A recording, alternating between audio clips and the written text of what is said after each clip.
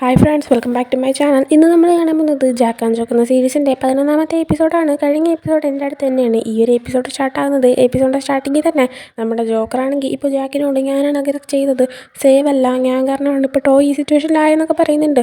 അത് കേട്ടുകൊണ്ട് തന്നെ ജാക്ക്, പിന്നെ നീ തന്നെയാണ് ഇങ്ങനെ ചെയ്യുന്നത്, നിനക്ക് എങ്ങനെയാണ് ചെയ്യാൻ പറ്റുന്നത് ചോദിച്ചുകൊണ്ട് അവൻ അടിക്കാൻ ചെല്ലുന്നുണ്ട്. ആ സമയം ആരാനും ഹോയും ടാറ്റോ ഒക്കെ വന്നിട്ട് ഇവനെ തടങ്ങിയിട്ട് ഇവിടെ ഒരു സീൻ ക്രിയേറ്റ് ചെയ്യില്ല എന്നൊക്കെ പറയുന്നുണ്ട്.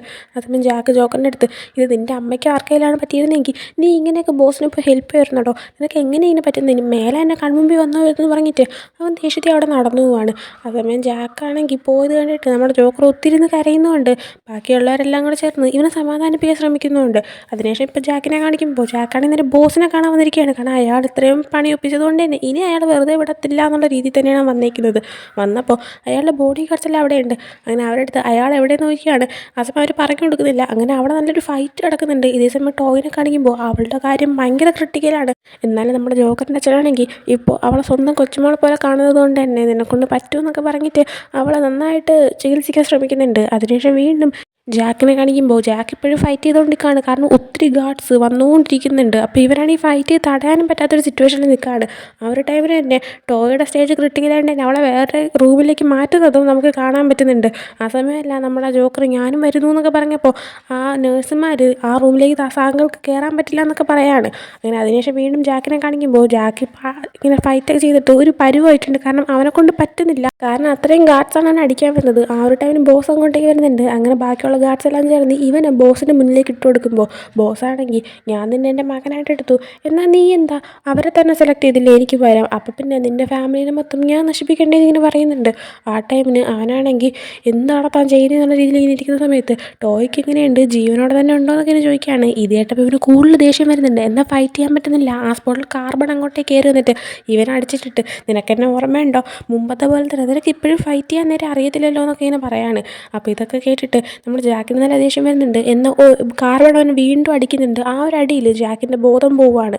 അങ്ങനെ അതിനുശേഷം കാണിക്കുന്ന ജോക്കറിനെയാണ്. ഇവരിപ്പോൾ ഹോസ്പിറ്റലിൽ ഇങ്ങനെ വെയിറ്റ് ചെയ്തിരിക്കുന്ന ടൈമിന് നൈറ്റ് ടൈം ആയിട്ടുണ്ടായിരുന്നു. ആ സമയം നേഴ്സ് വന്നിട്ട് നിങ്ങൾ പൊക്കോളൂ, നാളെ വന്ന് കണ്ടോളൂ എന്ന് പറയുന്നുണ്ട്. ആ സമയം എന്താ സംഭവം എന്നൊക്കെ ചോദിക്കുന്ന ടൈമിന് നമ്മുടെ ജോക്കറിൻ്റെ അച്ഛനെ പുറത്തേക്ക് വന്നിട്ട് നിങ്ങളങ്ങ് പൊക്കോ, ഇപ്പോൾ അവൾക്ക് വലിയ പ്രോബ്ലം ഇല്ല, എന്നാലും അവൾ റിക്കവർ ആയിട്ടില്ല, സോ നിങ്ങൾ പോയിട്ടോ, ഇപ്പോൾ രാത്രി ഇവിടെ നോക്കിയിരുന്നിട്ട് കാര്യമില്ല, കാരണം ഈ റൂമിലേക്ക് ആരെയും കയറ്റി വിടാൻ പറ്റത്തില്ല, നിങ്ങൾ പൊക്കോ, ഇതിൻ്റെ പൈസയും കാര്യങ്ങളെല്ലാം ഞാൻ നോക്കിക്കോളാം എന്ന് പറയുന്നുണ്ട്. ആ സമയം ജോക്കറാണെങ്കിൽ എൻ്റെ അച്ഛനൊന്ന് ഹഗ് ചെയ്തിട്ട് താങ്ക് യു അച്ഛാന്ന് പറയുന്നുണ്ട്. ആ സമയം നീ നാളെ നിൻ്റെ ബോയ് ഫ്രണ്ടുമായിട്ട് ഇവിടെ ഒന്ന് കണ്ടോളാൻ പറയുന്നുണ്ട്. എന്നാൽ നമ്മുടെ ജാക്കും ജോക്കറും തമ്മിൽ ഇത്രയും വലിയ പ്രശ്നം ഉണ്ടായ കാര്യം അവൻ്റെ അച്ഛൻ അറിയത്തില്ല. അതുകൊണ്ട് ഈ ഒരു കാര്യം കേട്ടപ്പോൾ എല്ലാവരും, അതായത് നമ്മുടെ ടാറ്റു, ഹോയ, ജോക്കർ എല്ലാവരും മിണ്ടാതിക്കാണ്. അതിനുശേഷം കാണിക്കുന്ന ജാക്ക് ഇപ്പോൾ അവൻ്റെ വീട്ടിലുള്ളതാണ്. അവനാണെങ്കിൽ ബോധമില്ലാതെ കിടക്കുമായിരുന്നു. പെട്ടെന്നാണ് അവൻ ടോയ് എന്നും പറയുകൊണ്ട് ഞെട്ടി എഴുന്നേൽക്കുന്നത്. അങ്ങനെ എഴുന്നേറ്റ് വന്നപ്പോഴത്തേക്കും അവൻ്റെ മുത്തശ്ശി തൊട്ടടുത്തിരുന്നിട്ട് നീ റെസ്റ്റ് എടുത്തോ എല്ലാം ഓക്കെ എന്ന് പറയുന്നുണ്ട്. ആ സമയം ടോയ് എവിടെയെന്ന് വെച്ചപ്പോൾ അവൾ ഹോസ്പിറ്റലിലായിട്ട് നമുക്ക് ഇന്ന് കാണാൻ പറ്റും, നമുക്ക് നാളെ പോയി കാണാമെന്ന് പറയുന്നുണ്ട്. ആ സമയം അവൻ മുത്തശ്ശിക്ക് എങ്ങനെ അറിയാം, മുത്തശ്ശിയുടെ അടുത്ത് ആരും ഇതൊക്കെ പറഞ്ഞേ എന്ന് ചോദിക്കുന്ന സമയത്ത് ജോക്കറാണെങ്കിൽ എന്നെ വിളിച്ച് പറഞ്ഞു എന്ന് പറയുന്നുണ്ട്. ആ സമയം അവനാണെങ്കിൽ ഇനി മേലെ അവൻ്റെ പേര് മിണ്ടല്ലേ, എനിക്ക് കേൾക്കാൻ താല്പര്യമില്ല, എന്നെ വീട്ടിൽ കൊണ്ടുവന്ന് തരാം, ഞാനങ്ങനെ ഇവിടെ എത്തിയ അവനാണോ കൊണ്ടുവിട്ടാൽ അത് മാത്രം പറയില്ല എന്ന് പറയുന്ന സമയത്ത് അങ്ങോട്ടേക്ക് സേവും ഹോപ്പും വന്നിട്ട് ഞങ്ങളാണ് നിന്നെ കൊണ്ടുവിട്ടേന്ന് പറയുന്നുണ്ട്. ആ സമയം മുത്തശ്ശി നീ സേവിനോട് താങ്ക്സ് പറയാം, അവനാണ് നിൻ്റെ മുറിയിലെല്ലാം മരുന്ന് വെച്ചത്, നിന്നെ ഓക്കെ ആക്കിയെന്നൊക്കെ പറയുന്നുണ്ട്. ആ സമയം ഞാൻ എങ്ങനെ അവരുടെ അടുത്ത് താങ്ക്സ് പറയുന്നു, ഇവൻ കാരണം ആ പകുതി പ്രശ്നം ഉണ്ടായെന്ന് പറയുന്നുണ്ട്. ആ സമയം ഹോപ്പാണെങ്കിൽ നീ എന്തൊക്കെയാണ് പറയുന്നത്, ഇവന് മാത്രമാണ് പ്രശ്നം, നീ പൈസ അടയ്ക്കാണ്ടായിരുന്നപ്പോൾ ബോസ് നിന്നെ പിടിച്ച് നിർബന്ധിച്ചിട്ട് ഡെപ്റ്റ് കളക്ടറാക്കിയിട്ട്, അതുപോലെ ഇവനും പൈസ അടയ്ക്കാനുള്ളതുകൊണ്ട് ബോസ് അവനെ കൊണ്ട് നിർബന്ധിച്ച് ചെയ്യിപ്പിച്ചതാ, അല്ലാണ്ട് അവ അറിഞ്ഞുകൊണ്ട് ചെയ്തതെന്നും അല്ലല്ലോ എന്ന് പറയുന്നുണ്ട്. ആ സമയം സേവാണെങ്കിൽ മുത്തശ്ശിയുടെ അടുത്തും ജാക്കിനോടൊക്കെ സോറി പറയുന്നുണ്ട്.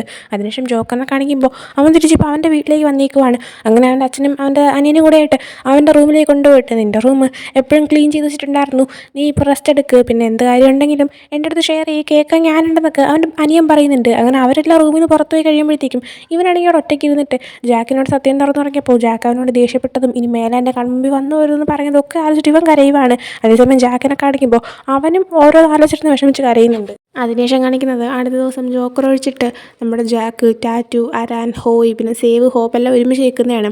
അവരിപ്പോൾ എന്താ ചെയ്യേണ്ടത്, എങ്ങനെയാ കാര്യങ്ങളെല്ലാം നേരെയാക്കേണ്ടത് ഇങ്ങനെ ആലോചിച്ചുകൊണ്ടിരിക്കുന്നുണ്ട്. അതേസമയം ഇവർക്കെല്ലാവർക്കും ഒരു ന്യൂസ് കിട്ടുന്നുണ്ട്. അതായത് വീണ്ടും ഈ ഒരു നാട്ടിൽ റിച്ചായിട്ടുള്ള ആൾക്കാരെല്ലാവരും അന്ന് നമ്മുടെ ബോസിൻ്റെ കൂടെ ഒരു ഗെയിം കളിച്ചല്ലോ, അതായത് ജയിക്കുന്ന ആൾക്കാർക്ക് ഇന്ന സ്ഥലം ശരിക്കും കിട്ടും അങ്ങനെയുള്ള രീതിയിൽ ആ ഗെയിം നടക്കാൻ പോവാണ്.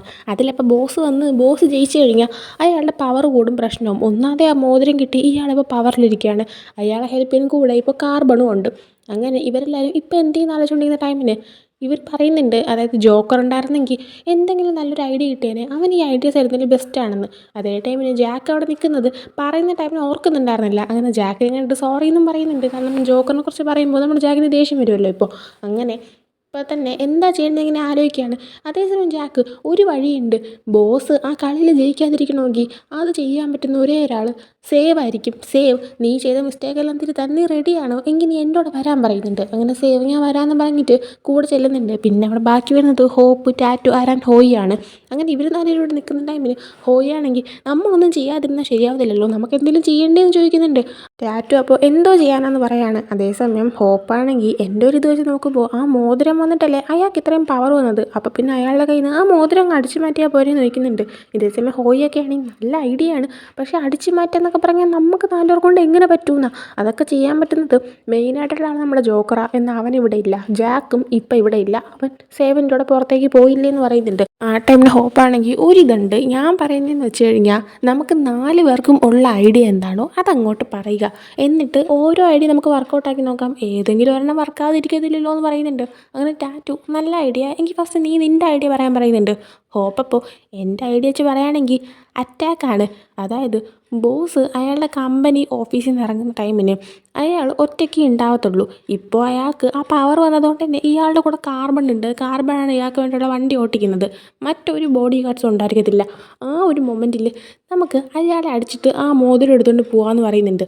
അങ്ങനെ പ്ലാൻ അനുസരിച്ച് ഇവർ ചെയ്യുന്നുണ്ട്. വരുമ്പോൾ അവിടെ കാർബണും ഇയാൾ മാത്രമേ ഉള്ളൂ. ഇവർ രണ്ടും കാറിൽ കയറി ഇരിക്കുകയും ചെയ്യാണ്. ഇത് നാലും കൂടെ എന്ത് പറയാനാ, ഒരു വെറൈറ്റി ഐറ്റം സ്റ്റൈലിലൊക്കെയാണ് ഡ്രസ്സിട്ട് വന്നേക്കുന്നത്. മുടിയിൽ സ്ലൈഡൊക്കെ വച്ച് ബണ്ണൊക്കെ കെട്ടി സത്യം പറഞ്ഞാൽ കാണാൻ നല്ല രസമുണ്ടായിരുന്നു. നാലിനെയും നല്ല കളർഫുള്ളായിട്ട് വന്ന് നിന്നിട്ട് കമ്പൊക്കെ കൊണ്ട് വന്നേക്കുകയാണ്. അങ്ങനെ ബോസ് വണ്ടി കയറിയ സ്പോട്ടിൽ നേരെ കമ്പും കൊണ്ട് ഇയാളുടെ വണ്ടിയുടെ അടുത്തേക്ക് വരുന്നുണ്ട്. എന്നാൽ അതേ ടൈമിനാണ് കമ്പനിയുടെ അകത്തുനിന്ന് ഇയാളുടെ 3-4 ബോഡി ഗാർഡ്സ് പുറത്തേക്ക് ഇറങ്ങി വരുന്നത്. ബോഡി ഗാർഡ്സ് ഉണ്ടാവില്ല എന്ന് കരുതിയിട്ടാണ് ഈ ഒരു അറ്റാക്ക് എന്നുള്ള പ്ലാൻ തന്നെ അവരെടുത്തത്. പക്ഷേ ഇപ്പോൾ നോക്കിയപ്പോൾ ബോഡി ഗാർഡ്സ് വന്നേക്കാണ്. അങ്ങനെ ഇത് നാലും കൂടെ പെട്ടെന്ന് തിരിഞ്ഞു നിന്നിട്ട് പരസ്പരം അടിക്കും പോലെ ഇങ്ങനെ നടന്ന് കളിക്കുവാണ്. ആ സമയം ഇത് കണ്ടിട്ട് കാർബണൊക്കെ ആണെങ്കിൽ കണ്ടിട്ട് എല്ലാവരും കൂടെ അടി വയ്ക്കാൻ തോന്നുന്നു. നമുക്ക് എന്തായാലും പോവാമെന്ന് പറഞ്ഞിട്ട് അവർ കാറും എടുത്ത് ഹോൺ അടിച്ചിട്ട് ഇവരെ മാറ്റി നിർത്തി പോകുന്നുണ്ട്. അങ്ങനെ കാറ് പോയി കഴിഞ്ഞതും ഇവരാണെങ്കിൽ നേരെ ഹോപ്പിൻ്റെ അടുത്ത് ബോഡി ഗാർഡ്സ് ഉണ്ടാകത്തില്ലെന്നല്ലേ പറഞ്ഞത്, ഇപ്പം എല്ലാത്തിനെയും കൂടെ വെടിവെച്ചിട്ട് കൊന്നേനെന്ന് പറയുന്നുണ്ട്. ആ സമയം ഹോയി ആണെങ്കിൽ എങ്കിൽ അടുത്ത് എൻ്റെ പ്ലാൻ നമുക്ക് ചെയ്യാമെന്ന് പറയുന്നുണ്ട്. അവൻ്റെ പ്ലാൻ എന്താ വെച്ചാൽ ബ്ലോക്കാണ്. അതായത് ബോസ് ഇപ്പോൾ കാറിൽ കയറി അറ്റാക്ക് ചെയ്യാൻ ശ്രമിച്ചു, നടന്നില്ല. അപ്പോൾ ഇയാളാണെങ്കിൽ ഇപ്പോൾ നേരെ പോകുന്നത് ആ ഒരു ഗെയിം കളിക്കാൻ തന്നെയാണ്, ആ റിച്ചായിട്ടുള്ള ആൾക്കാരുടെ കൂടെ. അപ്പോൾ ഇയാൾ ഗെയിമിൽ ജയിക്കാനും പാടില്ല, അതാണ് ഇവരുടെ മെയിൻ ലക്ഷ്യം. കൂടാ മോതിരം അടിച്ചു മാറ്റിയാൽ വേണം. അങ്ങനെ ഇപ്പോൾ ഇവൻ്റെ ഐഡിയ വെച്ചിട്ട് ഇയാൾ പോകുന്ന റൂട്ട് ഇവന് നല്ല ദൂരം അറിയാം ഹോയ്ക്ക്. അതുകൊണ്ട് തന്നെ ഇയാൾ ഒരു ഏരിയ എത്തുമ്പോൾ അവിടെ എത്തുമ്പോൾ ഇവരാണെങ്കിൽ ഇയാളെ ബ്ലോക്ക് ചെയ്യും. അങ്ങനെ ഇയാളുടെ കാറിന് മൂവ് ചെയ്യാൻ പറ്റാത്ത സിറ്റുവേഷനാവും. അങ്ങനെ അതേ പ്ലാൻ പോലെ തന്നെ ഇവർ ആ ഒരു വഴി എത്തുമ്പോൾ 2 ട്രക്ക് കൊണ്ടിടുന്നുണ്ട്. എന്നാൽ അതിൻ്റെ അകത്ത് ഇവരാരും ഇരിക്കുന്നില്ല. സോ വണ്ടി എടുത്ത് മാറ്റാൻ പറയാൻ അവിടെ ആൾക്കാരും ഇല്ല. അങ്ങനെ ഇവരെ കാർ അവിടെ എത്തുമ്പോൾ ബ്ലോക്ക് ആവാണ്, ഒന്നും ചെയ്യാൻ പറ്റുന്നില്ല. അങ്ങനെ റിവേഴ്സ് എടുത്ത് പോകാമെന്ന് വിചാരിക്കുമ്പോൾ കറക്റ്റ് അങ്ങോട്ട് ഈ ഹോയി വന്നിട്ട് കൺസ്ട്രക്ഷൻ വർക്കാണെന്ന് പറഞ്ഞിട്ട് ഒരു ബോർഡൊക്കെ വയ്ക്കുന്നുണ്ട്. ആ സമയം അങ്ങനെയും പോകാൻ പറ്റാൻ നിൽക്കുന്ന ടൈമിൽ ഒരു അസിസ്റ്റൻ്റ് ആയിട്ടുള്ള ഒരാൾ, അതായത് ഈ ബോസ് പോകുന്ന കാറിൻ്റെ ഫ്രണ്ടിൽ വേറൊരു കാറിൽ ഇയാളുടെ ബോഡി ഗാർഡ്സ് പോകുന്നുണ്ട്. അപ്പോൾ അവനാണെങ്കിൽ ഇറങ്ങിയിട്ട് എടാ മാറ്റടോ ഞങ്ങൾക്ക് പോകണമെന്ന് പറയുമ്പോൾ ഹോയാണെങ്കിൽ ഇവിടെ കൺസ്ട്രക്ഷൻ വർക്ക് നടക്കാൻ പോവാ സാർ, ഇതെൻ്റെ ഡ്യൂട്ടിയാണ്, പിന്നെ ഇത് 1 വേ ആണ്, നിങ്ങൾക്ക് റിട്ടേൺ പോകാൻ പറ്റത്തില്ല എന്നൊക്കെ പറയുന്നുണ്ട്. ആ സമയം ബോസാണെങ്കിൽ എൻ്റെ പവർ എന്താണെന്ന് കാണിച്ചു തരാമെന്ന് പറയുന്നുണ്ട്. കാരണം ഇയാളുടെ ഇപ്പോൾ മോതിരം ഉണ്ടല്ലോ, അതുകൊണ്ട് തന്നെ ഇയാൾ പോലീസിനെ വിളിക്കുന്നുണ്ട്. അപ്പോൾ തന്നെ പോലീസ് വരുന്നുണ്ട്. അങ്ങനെ ഹോയിനെ പിടിച്ച് മാറ്റിയിട്ട് ഇയാളുടെ കാർ അവിടെ നിന്ന് പോവുകയാണ്. ഇതേസമയം ഹോയിയാണെങ്കിൽ ഒരു ബ്ലൂടൂത്ത് ഇയർഫോണൊക്കെ വെച്ചിട്ടുണ്ട്. അപ്പോൾ ഇവന് ബാക്കിയുള്ളവരുടെ അടുത്ത് സംസാരിക്കാൻ പറ്റും. നമ്മുടെ ടാറ്റു എല്ലാം തൊട്ടപ്പുറത്തായിട്ട് വേറെ കാറിൽ മറങ്ങിയിരിക്കുകയാണ്. അങ്ങനെ അവൻ്റെ അടുത്ത് എടാ പോലീസ് എന്നിട്ട് കുടുങ്ങിയിടാന്ന് പറയുന്നുണ്ട്. ഇതേസമയം ബോസ് പോയി കഴിഞ്ഞപ്പോൾ പോലീസാണെങ്കിൽ ഇവനെ സ്റ്റേഷനിലോട്ട് പൊക്കിക്കൊണ്ട് പോകുന്നുണ്ട്. അങ്ങനെ ഇതേസമയം ഇവനെ പോലീസ് ഉണ്ടെന്ന് ഉറപ്പായിട്ട് ഇപ്പോൾ വണ്ടിക്കകത്തിരുന്നുകൊണ്ട് ടാറ്റു ഇനി ആർക്കെങ്കിലും എന്തെങ്കിലും ഐഡിയ ഉണ്ടോ എന്ന് ചോദിക്കുകയാണ്. ആ സമയം നേരെ അങ്ങോട്ടേക്ക് ഇറങ്ങിയിട്ട് ഒന്നുണ്ട് പ്ലാൻ എന്താണെന്ന് വെച്ചാൽ കോളാണെന്ന് പറഞ്ഞിട്ട് ഇവൻ നേരെ ബോസിനെ വിളിക്കുകയാണ്. കാരണം ബോസിൻ്റെ അച്ഛനാണല്ലോ. അപ്പോൾ വിളിച്ചിട്ട് അച്ഛാ ഞാനിപ്പോൾ അച്ഛനെ പറ്റി ഒത്തിരി കാര്യങ്ങൾ കേൾക്കുന്നുണ്ട്, അച്ഛൻ ഇതുപോലെ മോശം കാര്യങ്ങൾ ചെയ്യുവാണ് അങ്ങനെയെന്നൊക്കെ. ഞാൻ പിന്നെ അച്ഛൻ ഒത്തിരി മിസ് ചെയ്യുന്നുണ്ട്, ആൾക്കാർ പറയുന്നതല്ല അച്ഛൻ മോശക്കാര്യം ചെയ്യല്ലേന്ന് പറയുന്നുണ്ട്. ഇയാളെ ഇമോഷണലി ബ്ലാക്ക് മെയിൽ ചെയ്യാനാണ് വിചാരിച്ചത്. എന്നാൽ ഇയാളുണ്ട് എനിക്കൊരു മകനേ ഇല്ല എന്ന് പറയും കോൾ കട്ട് ചെയ്യാണ്. അങ്ങനെ ആ പ്ലാൻ ഫെയിലാവുന്നുണ്ട്. അങ്ങനെ ഈ സമയം കൊണ്ട് ഹോയ് തിരിച്ചെത്തിയിട്ടുണ്ടായിരുന്നു. ഹോയ് എങ്ങനെ പോലീസിൽ നിന്ന് രക്ഷപ്പെട്ട് അങ്ങനെ ഈ പ്ലാൻ ഫെയിലായെന്ന് മനസ്സിലായിട്ട് ടാറ്റു ആണെങ്കിൽ എൻ്റെ പ്ലാൻ പറയാൻ പറഞ്ഞിട്ട് അവൻ്റെ പ്ലാൻ ഡൈനമൈറ്റ് ആണെന്ന് പറയുന്നുണ്ട്. നിങ്ങൾക്കൊരു കാര്യം മനസ്സിലായി തോന്നുന്നു. അതായത് ഇവരുടെ 4 പേരുടെ പ്ലാനും ABCD എന്നുള്ള നമ്പറിലാണ് വന്നിരിക്കുന്നത്. അതായത് ഫസ്റ്റ് ഹോപ്പ് പറഞ്ഞ A എന്ന് പറയുമ്പോഴത്തേക്കും അറ്റാക്ക്, അടുത്ത് B block, C call, D dynamite. ഞാൻ വിചാരിച്ചിരുന്നു ABCD വരുമെന്ന്. അതുപോലെ തന്നെ ഇതിൽ വന്നിട്ടുണ്ടായിരുന്നു. അപ്പോൾ ഇപ്പോൾ നമ്മുടെ ടാറ്റു ആണെങ്കിൽ ഡൈനമൈറ്റ് പറയുമ്പോൾ ഡൈനമൈറ്റ് എന്ന് പറഞ്ഞാൽ നിങ്ങൾക്ക് അറിയായിരിക്കും ബോംബ്, അത് തന്നെ. പിന്നെ ഇവൻ ബോംബ് ഉണ്ടാക്കുന്നതിൽ ബെസ്റ്റ് ആയതുകൊണ്ട് തന്നെ അത് സെറ്റാകുന്നുണ്ട്. എന്താണെന്ന് വെച്ച് കഴിഞ്ഞാൽ ഇവൻ ഓൾറെഡി ബോസിൻ്റെ കാറിൻ്റെ ടയറിൽ ഒരു ബോംബ് വെച്ചിട്ടുണ്ടായിരുന്നു. അങ്ങനെ ഇപ്പോൾ ഒരു വഴി നടക്കാത്തതുകൊണ്ട് അതങ്ങ് പൊട്ടിക്കാമെന്ന് വിചാരിച്ചിട്ട് ഇവിടെ ഇരുന്നുകൊണ്ട് ആ റിമോട്ട് കൺട്രോളിൽ പ്രസ് ചെയ്യാനായിട്ട് പോവാണ്. എന്നാരാനുണ്ടെ പിടിച്ച് വെച്ചിട്ട് എടാ എൻ്റെ അച്ഛനെ ഒന്നും ചെയ്യല്ലേ എന്ന് പറയുന്നുണ്ട്. ആ സമയം അവനാണെങ്കിൽ ഇത്രയും ദുഷ്ടതരമായിട്ടുള്ള കാര്യങ്ങൾ അയാൾ ചെയ്തിട്ടും നീ ഇപ്പോഴും അയാൾ അച്ഛാതെ വിളിച്ചുകൊണ്ടിരിക്കുകയാണെന്ന് ചോദിക്കുകയാണ്.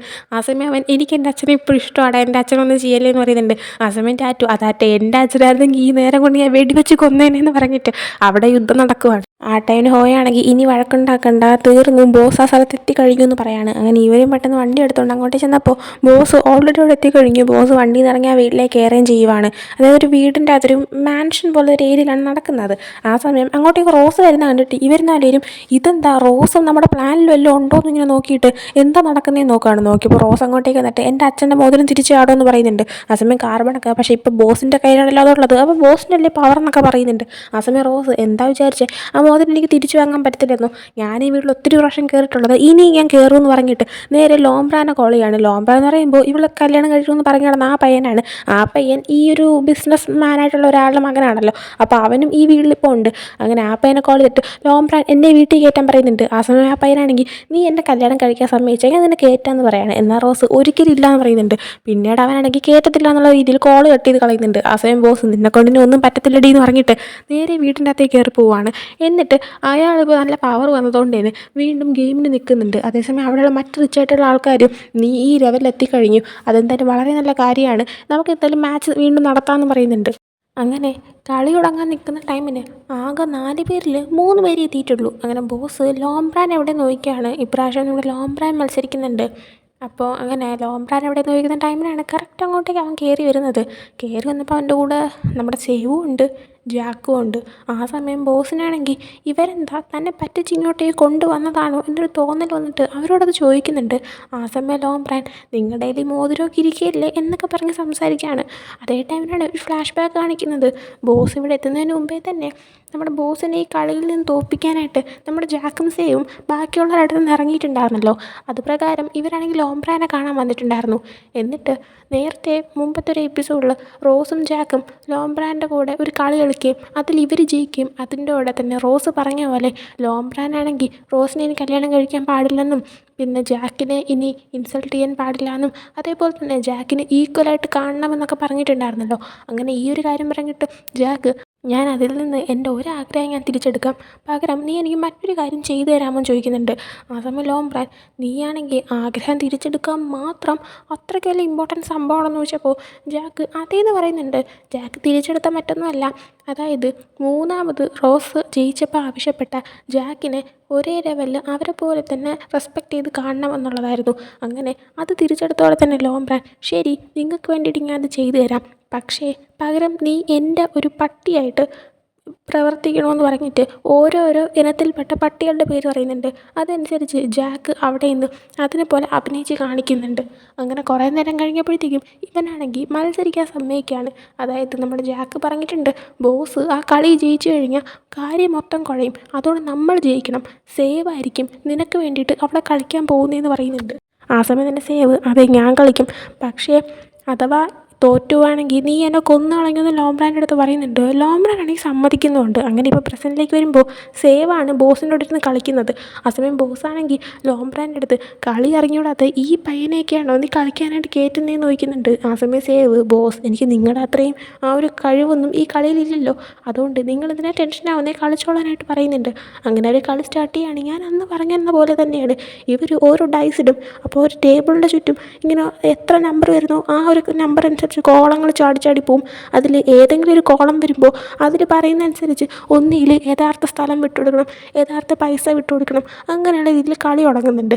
ബോസ് നല്ല ഓവർ കോൺഫിഡൻസ്ഡാണ് കളിക്കുന്നത്. ബാക്കി 3 പേരും കുറച്ച് ലോ ആയിട്ട് തന്നെ കളിച്ച് പോകുന്നുണ്ട്. അങ്ങനെ കളിച്ച് കളിച്ച് വരുമ്പോഴത്തേക്കും നമ്മുടെ സേവ് സഹിതം ഒരുപാട് സ്ഥലങ്ങൾ വാങ്ങുന്നുണ്ട്. അതായത് ഈ ഡൈസ് നീങ്ങുന്നതനുസരിച്ച് ഓരോ കോളത്തിലും ഓരോ സ്ഥലങ്ങളുടെ പേരാണുള്ളത്. അപ്പം ഇവർ ഡൈസിലിട്ട് എവിടെ വന്ന് നിൽക്കുന്നോ ആ സ്ഥലം ഇവർക്ക് ഒറിജിനൽ പൈസ കൊടുത്ത് വാങ്ങാം.